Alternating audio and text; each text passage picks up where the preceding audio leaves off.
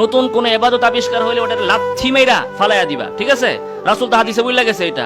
তো হ্যাঁ, তো ফালাই তো দিছে। ঈদ মিলাদুন নবীর কপালে 134 বার লাথি।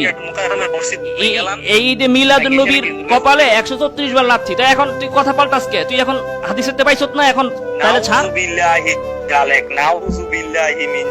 জালেক কি রে আবার? এই জালেম, জালেক কি জিনিস আবার?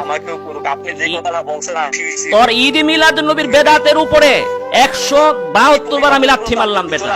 তোর লাথি রাসূলের প্রতি কেন? তোর বেদাতের প্রতি বেটা। তুই রাসূলের উপর টানস কে? তুই তো রাসূলের দুশমন, তুই তো রাসূলের দুশমন। আচ্ছা, প্রসঙ্গ না পাল্টিয়া এখন এই আমি দুশমন। হ্যাঁ, অবশ্যই তুই রাসূলের দুশমন। আরে আমার বাপের গালি দেন আপনি কিছু পেতাম না, আমার মারে তেলে গালি দেন কিছু পেতাম না, আমার 14 বার বন্ধ করে বাজার গুজারি করে ইচ্ছা মতো গালাগালি করে কিছু পেতাম না। যখন আপনি আমার নবীরা কিছু কইবেন, যখন আপনি আল্লাহর বিরুদ্ধে কথা বলবেন, আমি থাকতাম না। যখন আপনি সাহাবীর বিরুদ্ধে কথা বলবেন, আমি থাকতাম না। যখন আপনি ওলি আল্লাহর বিরুদ্ধে আমি নবীজির নামে কটূক্তি করেছে যারা, আল্লাহ কাউকে দেয়নি ছেড়ে। বিশ্ব মানবের মধ্যে নবীজি সবার উপরে।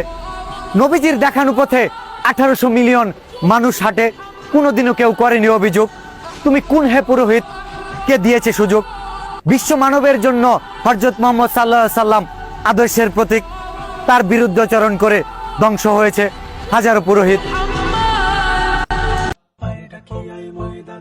কোন কাফেরের বাচ্চা রে তুই আয় ডাকি আয় ময়দানে, দেখবো রে তোর বুকের পাটা রাখবো না শির গরদানে।